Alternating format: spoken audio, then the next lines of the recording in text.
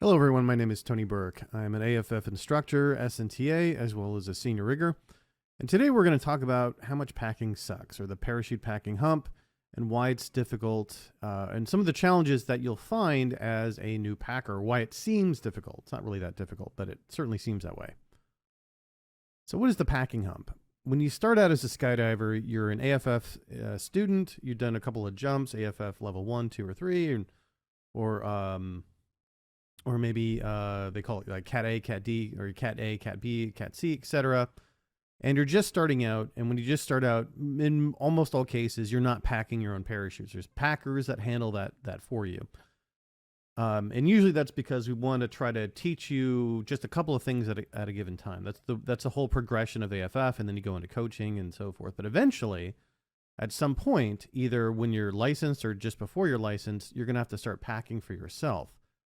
You have to learn how to pack a parachute to get your license, at least with the USPA. And a lot of places will make you jump your own pack job, and that can be terrifying. But typically, those pack jobs are supervised, and you've got people that you can ask questions with. And at some point, typically after you're licensed, you're going to be cut loose. You're going to be on your own packing a parachute, and it's going to be, well, not for everyone, but for a lot of people, including myself. It was a deeply uncomfortable experience because pack jobs take like 40 minutes it seems. You're sweating, fingers are all fucked up, and you're worried that every deployment was going to kill you. I packed my own death sentence in this rig. That's a little bit dramatic, but there's certainly some thoughts, some doubts, some doubts of safety, and it's a lot when you're getting used to jumping out of an airplane, you're used to the door, the exit, deployments, landing, etc. It's another factor that just makes it uncomfortable for a lot of people up front, and again, including me. And then you notice people who just throw in a pack job like it's nothing. They can do it in less than 7 minutes. Some people can do it in less than 5 minutes. Where packing is super easy, barely an inconvenience. And you're wondering, how do you get to that point? Is it like a special kind of person that can pack parachutes? Is it something that is only learnable by an elite few? You have to have the midichlorians. Your parents have to be wizards or something like that. And that's not really the case. So what we're going to do in this talk is talk about how we can get through this packing hump, how we can get from being terrified of your pack jobs to getting to the point where you're confident in your pack jobs. It doesn't take much time. It does take some effort. It is a physical thing to do, but it's going to take a lot less energy after you're through the packing hump than it does in the middle of the packing hump. So why does packing suck as a beginner? Again, I'm painting with broad strokes here, but this is certainly what I've seen in students. This is certainly what I've experienced, so this is pretty common. And I think it boils down to two things. One, you don't have confidence in your skills. You're worried that you've packed some sort of malfunction and you're going to get hurt or have to cut away or whatever. And then two, your technique is just inefficient. So it takes you a lot more energy, both mental energy and physical energy, to do a pack job than it does someone who's got more experience, like a packer or even an experienced skydiver. And both of those things are going to contribute to some, it feels uncomfortable when you're starting out, at least for most people. So let's talk about them one at a time. So number one, you don't have confidence in your skills. Most people who start packing parachutes are worried their pack jobs will kill them. And often we who teach packing don't talk about what is critical for a pack job and what is a nice to have. And that's a mistake I've made before when I've been teaching people how to pack parachutes. And I think it's important to understand, what do you have to get right in a pack job and what is just a nice to have. And fortunately, what you have to get right is not that difficult to do. So number one is you quarter and set the slider. So the slider controls the opening speed. So if the slider doesn't do its job, you'll get what we call bottom skin inflation. And that's where you really run into trouble in deployment. But fortunately, it's pretty easy to set the slider, quarter and set the slider. So that's the important part. If you have any questions, find someone experienced, find a rigger. They'll teach you how to do it. It's a very easy thing to do. Next, we have to cock the pilot chute. Some parachutes, mostly student parachutes, will have a static pilot chute so that you don't have to cock them and they're not uncocked after deployment. But most of the gear that you'll get as renting as a coaching student before you're licensed, and just about all the gear that you get as a licensed skydiver will have a collapsible pilot chute. And we just have to make sure it's collapsed. There's even a window in most of the bridles that will show you some color if the pilot chute is cocked or not. And then 2, set the brakes. Most parachutes open in a braked configuration, so the tail is pulled down a little bit during deployment. And then you pop your brakes, and that puts it into full flight. There are some parachutes that actually open them in full flight. There's one tandem parachute. I think it's made by, can't remember who it's made by. But there's one type of parachute, it's a tandem parachute that opens in full flight. There's no brake setting for it. So you don't have to set your brakes there. You just have to stow them.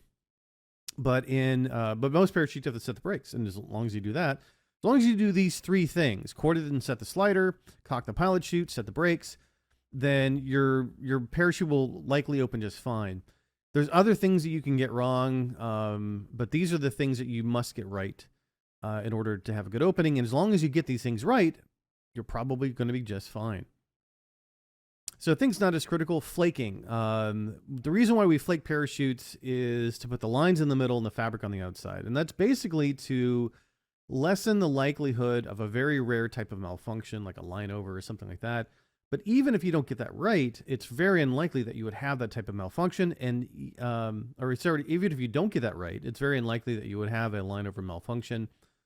And some people have done hundreds of pack jobs doing it wrong and haven't had a malfunction. So, and even if you do it right, there's still an infinitesimal chance that you'll have that line over type of malfunction. So it's a good thing to do the flaking, but it doesn't have to be done perfectly. And sometimes it doesn't really even have to be done at all.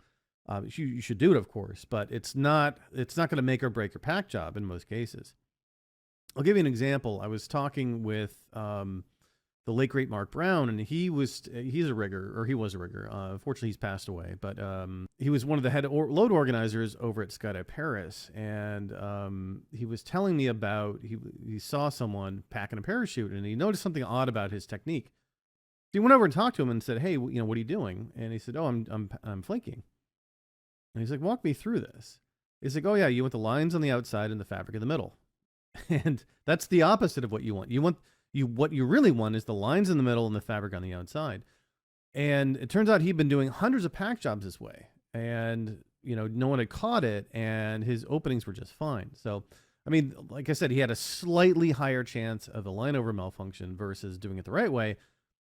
But like I said, it's not as critical. It's not going to guarantee you have a problem, and it's only very slightly increases the chance if you do it completely the wrong way. So don't worry too much about flaking. You should always work on your flaking technique, but don't worry too much about flaking. Again, we want to get those 3 things: the cord and set the slider, cock the pilot chute, and set the brakes. So there's one thing I love to show new packers, especially nervous packers, and it's a video called "Outrageous Pack Jobs." You can search for it on YouTube.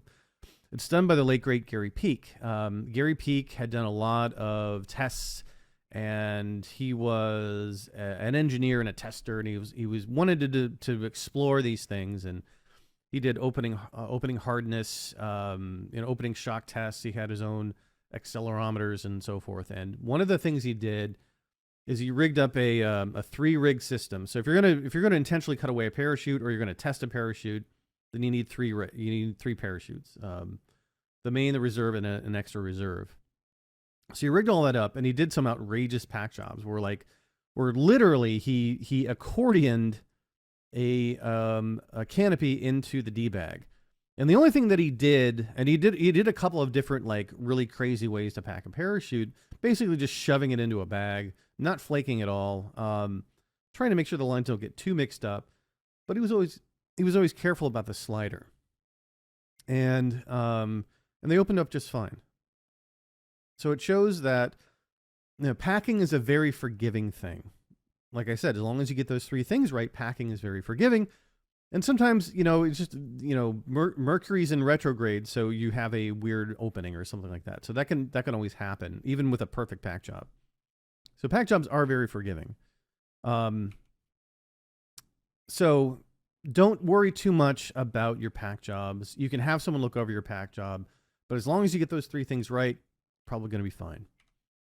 Another thing that is troublesome for new packers, and again, it was certainly true for me, is the inefficient technique. Acquiring any kinesthetic skill will take practice. You're going to expel much more energy in the beginning than you will at the end, because your body mechanics will figure things out. I had someone who's on the smaller side. They thought that they just didn't have the physical strength to pack a parachute because they were struggling so much, especially with the closing sequence. They were getting people to help them out. And I showed them, like, you don't really have to have all that much effort. You don't have to have all that much strength in order to pack a parachute. You just have to have the efficiency. So I helped them out with some efficiency techniques. And you get a little bit better with each pack job. And that's normal. That's totally normal. Everyone's got a learning curve. Most people will take 20, 30 pack jobs to get to the point where they can get it in less than 15 minutes. Some people can, I've had one student who they did 3 pack jobs. They went from 0 to a, 10, 15 minute pack job in 3 pack jobs. And that was really irritating. I mean, that's great for them, but it took me a lot longer than that. So great for them. But most people are going to take several pack jobs, several dozen pack jobs to get it down to the point where they can do a pack job in like 15 minutes. So another thing is developing your own style. No two people pack a parachute exactly alike. Now, there are different styles, different methods for flaking. Some people put the slider over their shoulder. Some people leave the slider in the pack job. And there's many different acceptable variations of a pack job. For example, getting the canopy into the deployment bag, getting it folded up. There's the traditional S-fold where you do the bottom of the S-fold first. There's the traditional S-fold where you do the top of the S-fold first. There's the fold over and roll up, the sleeping bag method where you fold it in half or fold it in thirds and then just roll it up like a sleeping bag. There's a psycho pack job. There's all these different variations of the pack job. So there's lots of different ways. And there's even the old style flat packing that some people still do. Typically people who have been jumping for decades. So find your own style, find what you're comfortable with and try several out and find out what works best with you. Now, a mistake I made teaching people, and this was a mistake people made to me, is they're like, oh, no, don't do it that way. This way is much easier. And that's true. It's easier for them. It may not be easier for you, but sure, go ahead and try it. So when I see someone struggling with a portion of their pack job, I might have a suggestion of a different technique, and I'll say, hey, this works for me. Why don't you try it out? And I'll show them a couple of times. I'll have them do it in front of me a couple of times, and then maybe they'll accept. Maybe they'll adopt that into their pack job, and maybe they won't. But again, everyone has their own unique style, variations. We're all getting to the same place. We're getting to a safe parachute pack job ready to be deployed. But there's people do it different ways, and that's fine. That's perfectly fine. Now, there's some wrong ways to do it, but for the most part, there's going to be a lot of different right ways to do it as well. So if you want to get better at packing, just pack. One of the mistakes I made early on is I relied too heavily on packers in the beginning. I jump in at Skydive Oregon. I'm an instructor at Skydive Oregon and Oregon, near Portland, Oregon, and our winters aren't really jumpable. So we go several months without jumping here. So I go down to Paris, California, which is my second home drop zone, and they have packers there. They're pro packers. You can pay them, and they'll pack your parachute, and they're usually a lot quicker than I am, or at least at the time. And so I was relying on them too much. So I wasn't getting any better. And so there's times when there weren't packers available, or I just needed to pack on my own for whatever reason. I got back to Skydive Oregon as a new jumper, and we typically don't have professional packers available. Then I would be left behind because I couldn't keep up with everyone in the cycles. So I wasn't halfway decent at packing until over 100 jumps. Now most people get at least a decent pack job by 100 jumps. I was well over 100 jumps before I had a decent pack job. And it was, long before I was a rigger. And now I've got 2,000 jumps and I'm a rigger. I can put a pack job in like 5 minutes, but it certainly wasn't the case back then. So the best way and the only way to get better at packing is just to pack. If you're really concerned about your pack jobs, what I typically recommend to people is like every day, just do one pack job. So most people can spare the 15, 20 minutes it would take, or maybe a little bit longer if you're in the beginning, every day to pack a parachute, or maybe like 5 days a week, certainly on the weekends. And then maybe a couple of days after, come home from work and you just throw in a quick pack job. And you can also do it in a way that, like, I'm not going to jump this. I'm just going to get this into the bag and see what happens. And then maybe you take it back to the drop zone and then have a packer unpack it for you and just say, oh, yeah, this would have worked. Or, hey, you forgot to set your brakes or something like that. So that's one of the things that I recommend people do. And it'll just get your body mechanics better. You can work on your own technique, and then you can come back to the drop zone and ask people, hey, I'm struggling with doing the line stows. I see you do it very quickly. Can you show me how you do it? And there's many different ways to do a line stow. So, and they can help you out and tell you if you're doing something wrong, or just give you better techniques so you can improve your techniques. So, final thoughts. The packing hump is a thing that most people go through. Like I said, there are some savants. I've seen it a couple of times where someone is just so good at packing a parachute that it just takes them just a couple of practice pack jobs, and they've got a sub 15-minute pack job before they're even licensed.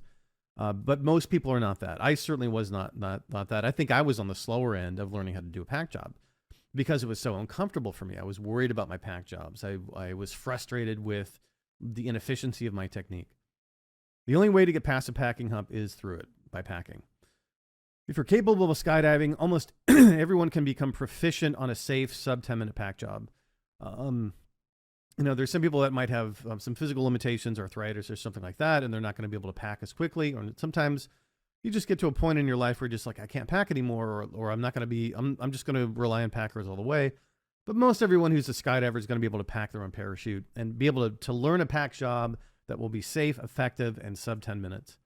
So, so just keep at it. Know that it is a learnable thing. Everyone can get to here. Can get to that part where they have a confidence in their pack jobs, and their pack jobs are sub 10 minutes. So anyway, I hope you found this video useful. I hope this helped you with your mind, with setting your mindset in terms of packing. And again, my name is Tony Burke, and thank you for listening.